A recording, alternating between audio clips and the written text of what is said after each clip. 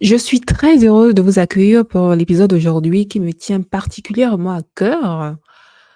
Vraiment, prenez plaisir, à écouter ce podcast comme moi j'ai pris plaisir, à l'enregistrer et dites-moi en commentaire ce que vous en pensez. Bienvenue sur Un niveau de plus, je suis Marissa et sur cette chaîne, je vous entretiens sur les peurs, comportements limitants, mal adaptatifs qui freinent la productivité de l'adulte ambitieux. Si ce type de sujet vous intéresse, je vous invite à vous abonner et de rester connecté. Sans transition, je souhaite vous entretenir pour l'épisode d'aujourd'hui sur la clarté et le discernement. Ça peut paraître farfelu et un peu ambigu comme terminologie, mais c'est très important et pour ne même pas dire essentiel, en fait, d'avoir ce genre de faculté.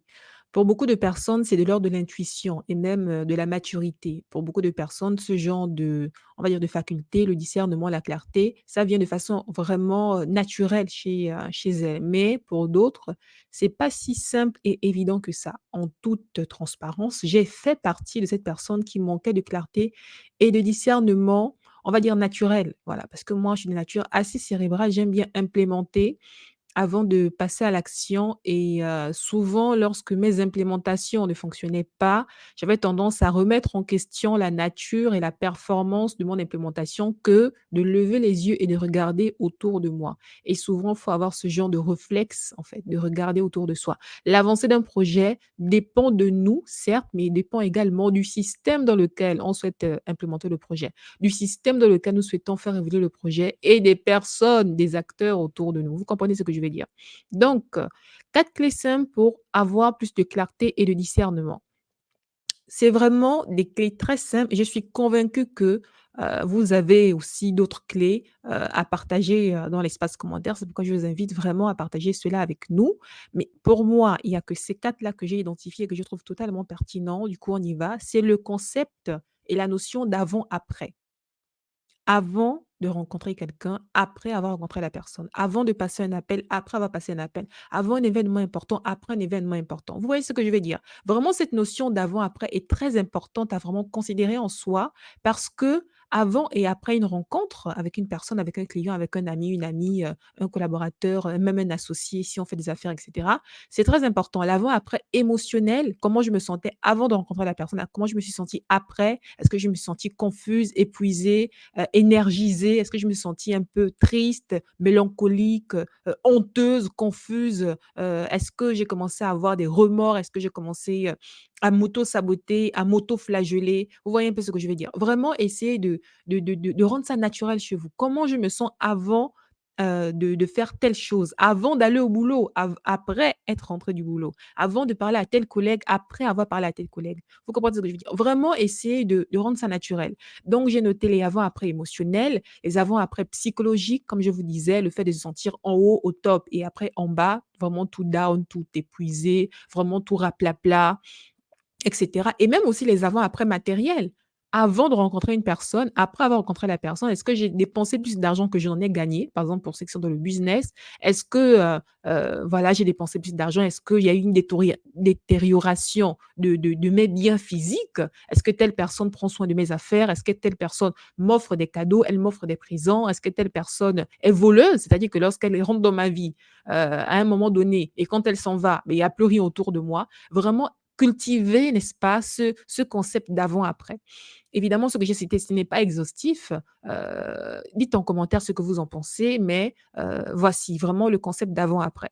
Ensuite, j'ai noté les notions de facilitateur, de résistant et d'accélérateur.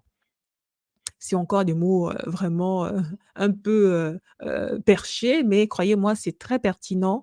Lorsqu'on implémente des projets, lorsqu'on a des visions, n'est-ce pas? Lorsqu'on a des vraiment des choses qui nous portent à cœur et qu'on veut vraiment traduire dans le monde, vraiment, on veut quitter de l'aspect des idées, de l'aspect des notions, de l'aspect d'implémentation et de plan, à vraiment le monde matériel pour que, le projet qu'on a en tête et on va dire l'ambition que nous avons vraiment s'implémente et se cristallise dans le monde, eh beh, il faut passer à l'action. Et lorsqu'on a justement cette notion de passer à l'action, eh bien, on a soit des personnes qui nous facilitent la vie, des personnes qui créent des résistances, c'est-à-dire qu'avec elles, ça avance, mais lentement, vous voyez? Ou alors on a vraiment des personnes avec lesquelles lorsqu'on connecte, on parle de quelque chose, ça crée vraiment la fusée. Vraiment, parler avec elle, c'est inspirant, parler avec elle, c'est drainant ou parler avec elle, c'est des maux de tête et cetera. Vraiment essayer de cultiver ça. N'ayez pas cette honte, en fait, de le faire. N'ayez pas la honte d'étiqueter vos amis. Voilà. N'ayez pas la honte d'étiqueter vos collègues. N'ayez pas la honte d'étiqueter vos managers, vos supérieurs. Vraiment, ayez vraiment cette liberté d'esprit, n'est-ce pas, d'avoir toujours cette clarté-là. Telle personne, elle est du genre facilitatrice. Elle est du genre à mettre beaucoup de résistance ou elle est du genre à vraiment créer l'accélération qui dépasse même mon entendement, mon imagination. Vraiment, garder cet état d'esprit-là parce qu'il y a beaucoup de personnes, en fait, elles créent des résistances. Elles créent des confusions, elles créent des maux de tête. Quand on leur parle de quelque chose, ce n'est jamais facile, ce n'est jamais clair, ce n'est jamais évident. Elles mettent toujours des points bloquants, elles mettent toujours des objections. Ah oui, voilà. On a tous eu, je suis convaincue, ce collègue qui met toujours des objections. En toute honnêteté. Alors, je crois qu'aujourd'hui, je me livre beaucoup à vous. Je fais partie des personnes qui mettent beaucoup de résistance parce que moi, je n'aime pas être engagée dans des choses qui ne sont pas, on va dire, pertinentes. Voilà. Moi, j'ai ma manière de fonctionner, voilà. Vous aurez pu peut-être constater que je suis du genre un peu psychorigide, voilà, mais je suis du genre psychorigide un peu vers la sortie. Je suis pas dans le fond de la classe de la psychorigidité. Je suis un peu vers la sortie, à la porte. Faut montrer la sortie aux autres psychorigides, voilà, passer par ici pour devenir de moins en moins psychorigide. Mais effectivement, je l'admets, je suis des personnes qui mettent beaucoup de résistance parce que je n'aime pas, le gâchis d'énergie. Je n'aime pas le gâchis, de réflexion, c'est-à-dire les personnes qui ont beaucoup mis un projet à gauche, à droite et elles veulent tout le temps embarquer tout le monde, alors qu'elles n'ont même pas posé les fondements précieux et pertinents de son projet. Mais non, dès qu'elle a une idée, elle veut que tout le monde crie olé olé avec elle et commence à faire des choses. Non. Moi, je suis du genre à mettre les résistances, mais ce ne sont pas des résistances forcément qui met les bâtons dans les roues. Voilà. Parce que moi, la résistance dont moi je parle ici, c'est vraiment une résistance qui met les bâtons dans les roues. Vraiment ayez cette clarté d'esprit-là de identifier rapidement les gens qui ont des résistances face aux projets que vous avez, qui vous mettent les bâtons dans les roues. Ça peut être délicat parce que les metteurs de bâtons dans les roues, ça peut être une personne de la famille, ça peut être une amie de longue date, ça peut même être un chéri, une chérie. Si vous êtes marié, vous remarquez que, ah, finalement, l'homme que j'ai épousé là, la femme que j'ai épousée là, me met beaucoup les bâtons dans les roues. Bah, ça peut être une nature humaine. Ça peut, il y a beaucoup de facteurs, une personne qui émet beaucoup de résistance, mais il faut juste avoir cette clarté d'esprit-là. Ensuite, j'ai mis les ambiances, vraiment être connecté à son environnement, vraiment sentir comment vous, vraiment comprendre ce qui se passe, quoi.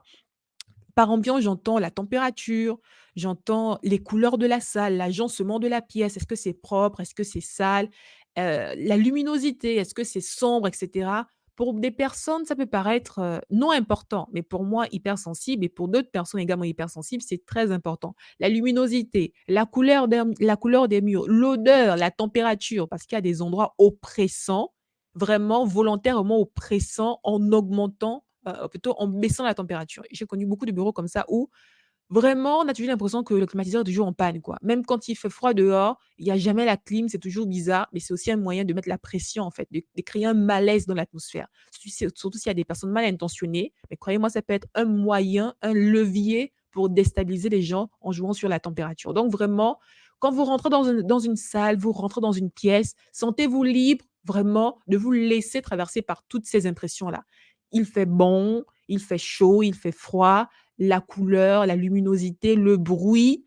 Est-ce que l'espace est inspirant? Est-ce que l'espace est créatif? Est-ce que c'est oppressant? Est-ce qu'il y a beaucoup de graffitis sur les murs? Est-ce que les couleurs sont trop vives? Du coup, ça sollicite trop les nerfs optiques. Du coup, ça crée du stress, etc. Tous ces facteurs sont très importants pour créer du discernement.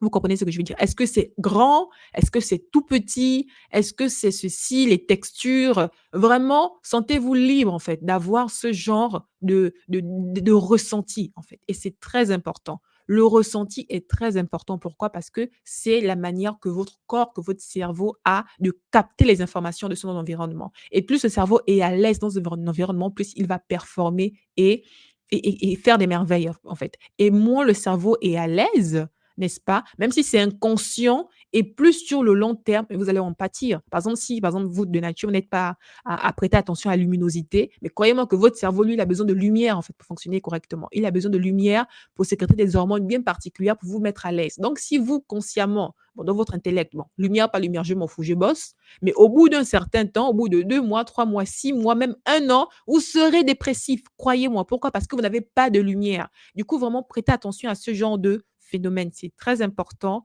et sentez-vous libre. Ce sont là les clés de clarté et de discernement que je vous offre. Maintenant, en quatrième position, j'ai noté le profil de chaque personne. On appelle ça le profilage.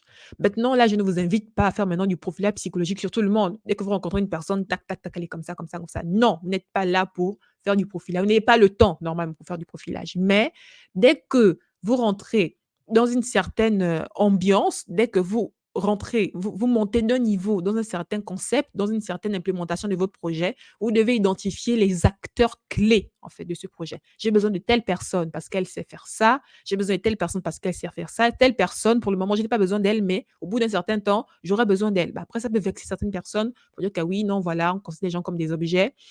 Non, les gens ne sont pas des objets, nous sommes respectueux des gens, mais nous savons de façon, respectueuse, n'est-ce pas, discerner ce qui est bon ou pas pour nos projets. Évidemment, en dehors du contexte du projet, on va nouer des rapports sincères avec ces personnes-là, mais par rapport au projet qu'on implémente, beh, on n'a pas de gêne à dire: «Telle personne sera plus compétente par rapport à ce dont j'ai besoin que d'autres», en fait. Il ne faut pas avoir, cette gêne-là. Elle n'a pas lieu d'être, cette gêne. Parce qu'en dehors du projet, il y a d'autres sphères de vie. Il y a la sphère amicale, il y a la sphère, de loisirs et cetera. Si telle personne est plus appropriée pour un projet ou alors moins appropriée pour un projet, certainement elle sera plus appropriée pour un autre type de projet, voilà, pour un loisir. Vous comprenez ce que je veux dire? Du coup, n'ayez pas de vraiment de gêne à dire que: «Oui, non, voilà, je n'ai pas envie de faire des tris».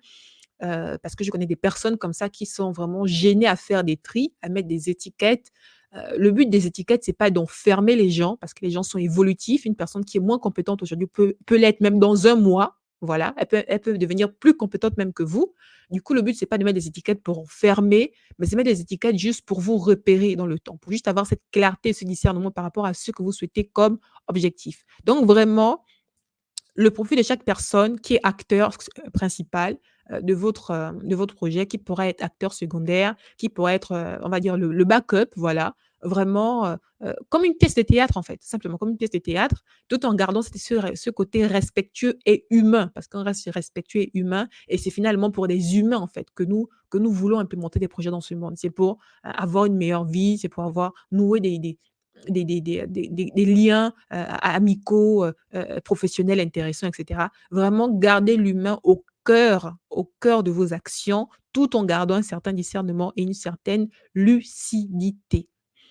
C'en est fini pour moi pour l'épisode d'aujourd'hui. Je vous en supplie, dites-moi en commentaire ce que vous en pensez. Je suis convaincue que vous avez d'autres clés à partager avec nous. Du coup, c'est avec vraiment intérêt que je passerai pour, vous faire des retours par rapport à ça.